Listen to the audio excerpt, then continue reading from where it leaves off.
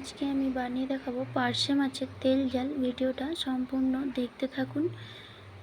আমি এখানে 5 পিস পার্শে মাছ নিয়েছি। মাছটা আমি ম্যারিনেশন করে নেব। দিয়ে দেব লবণ, দিয়ে দেব হলুদ গুঁড়ো,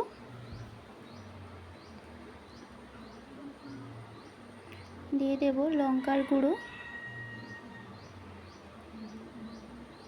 দিয়ে দেব সর্ষের তেল। আপনারা যে কোনো মাছ ভাজার আগে ম্যারিনেশনটা এইভাবে করবেন, তাহলে মাছের স্বাদটা দ্বিগুণ হয়ে যাবে। মাছটা ভালো করে আমি মাখিয়ে নেব। কড়াইতে দিয়ে দেব সর্ষের তেল। পুরো রান্নাটাই আমি সর্ষের তেলেই করব।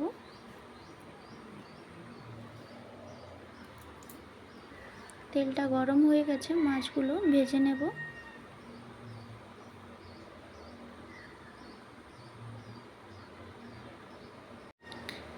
একেবারেই আমি সব মাছগুলো ভেজে নেব।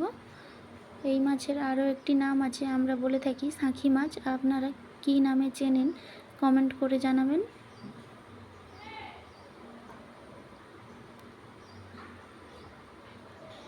মাছগুলো উল্টে পাল্টে লাল লাল করে ভেজে নেব।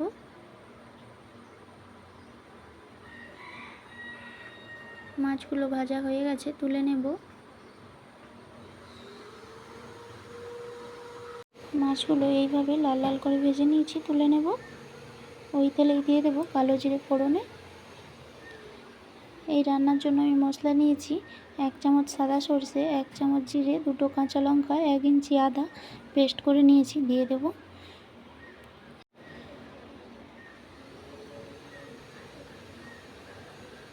এই রান্নাতে আমি পেঁয়াজ রসুন দেব না। দিয়ে দিলাম পরিমাণ মতো হলুদ গুঁড়ো, দিয়ে দেব পরিমাণ মতো লঙ্কার গুঁড়ো। আপনারা ঝালটা পছন্দ মতো দেবেন।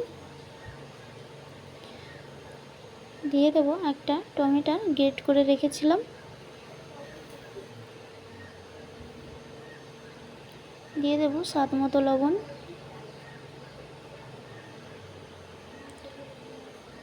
দিয়ে দেবো অল্প একটু জল।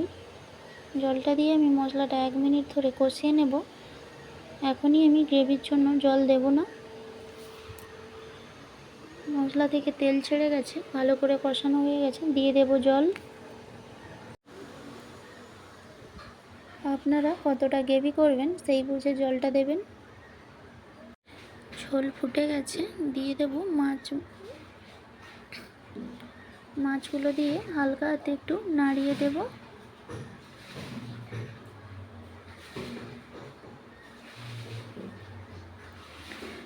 পার্শে মাছের রেসিপিটা কেমন লাগলো কমেন্ট করে জানাবেন। ভালো লাগলে লাইক করবেন।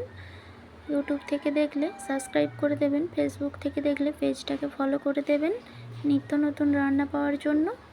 দেখুন রান্নার কালারটা কত সুন্দর এসেছে। এইভাবে বানাবেন, অবশ্যই ভালো লাগবে।